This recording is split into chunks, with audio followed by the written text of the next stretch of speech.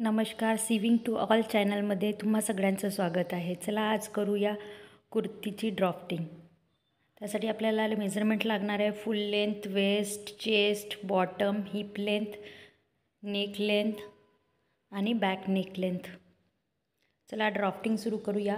इथे मी अतिशय सिंपल पद्धतीने ड्राफ्टिंग सांगणार आहे. वेगवेगळे व्हेरिएशन्स असतील तर त्या व्हेरिएशन्सच्या ड्राफ्टिंगसुद्धा मी तुम्हाला समजावून सांगेल. तर चला आधी फुल लेंथ घेऊया. या बाजूला फोल्डमध्ये कापड आहे, 4 पदरी आहे हा फोल्ड.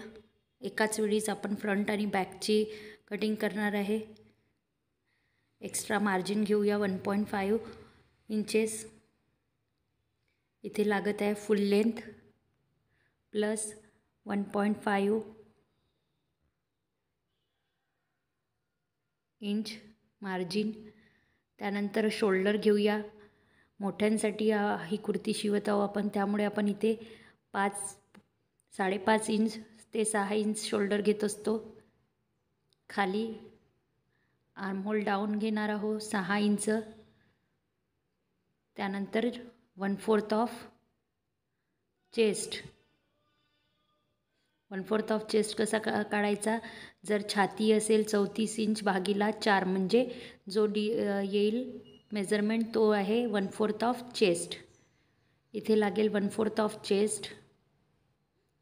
Extra margin 1.5 inches.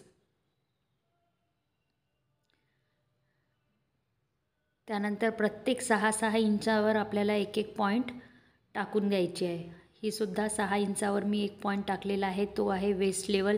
त्याच्यानंतर परत 6 इंचावर सेकंड पॉईंट टाकलेला आहे, तो आहे हिप लेवल. म्हणजे त्या हिप लेवलच्या थोडं खाली आपण आपली कुर्ताची कट सुरू करतो.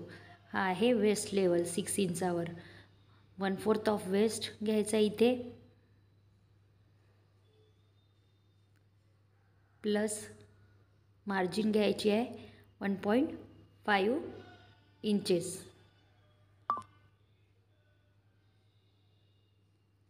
त्यानंतर खाली 6 इंचावर जायचं आणि 6 इंचावर हिप लेवलमध्ये मेजरमेंट घ्यायची आहे.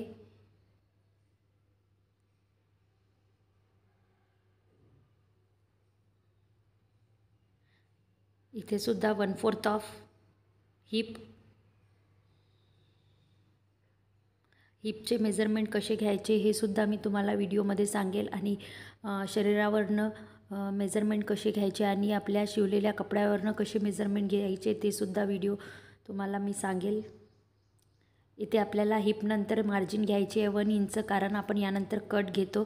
जर एक्स्ट्रा मार्जिन ठेवली तर कटमध्ये अडचण येते, कट पलटत नाही किंवा फिनिशिंग येत नाही. त्यामुळे 1 इंच आपण तिथे हिप लेवलवर मार्जिन घेणार आहोत. आणि हा झाला बॉटम.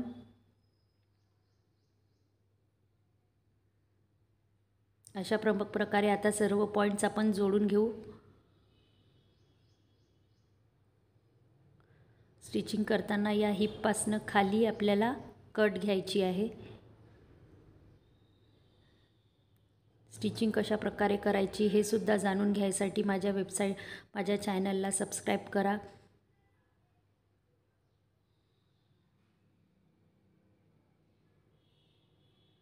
आता आपल्याला आर्महोल घ्यायचा आहे आणि नेक घ्यायचा आहे. तर फ्रंट आर्महोलसाठी आपण 0.5 इंचेस आत घेतो. त्यानंतर बॅक आर्महोल आणि 1 इंचेस आत. फ्रंट आर्महोल हा थोडासा आतमधल्या साईडला डीप असतो आणि बॅक थोडासा मोठा असतो. याप्रमाणे आपल्या कटिंग करताना आपल्याला कापड सरकवून बॅक आर्महोलचा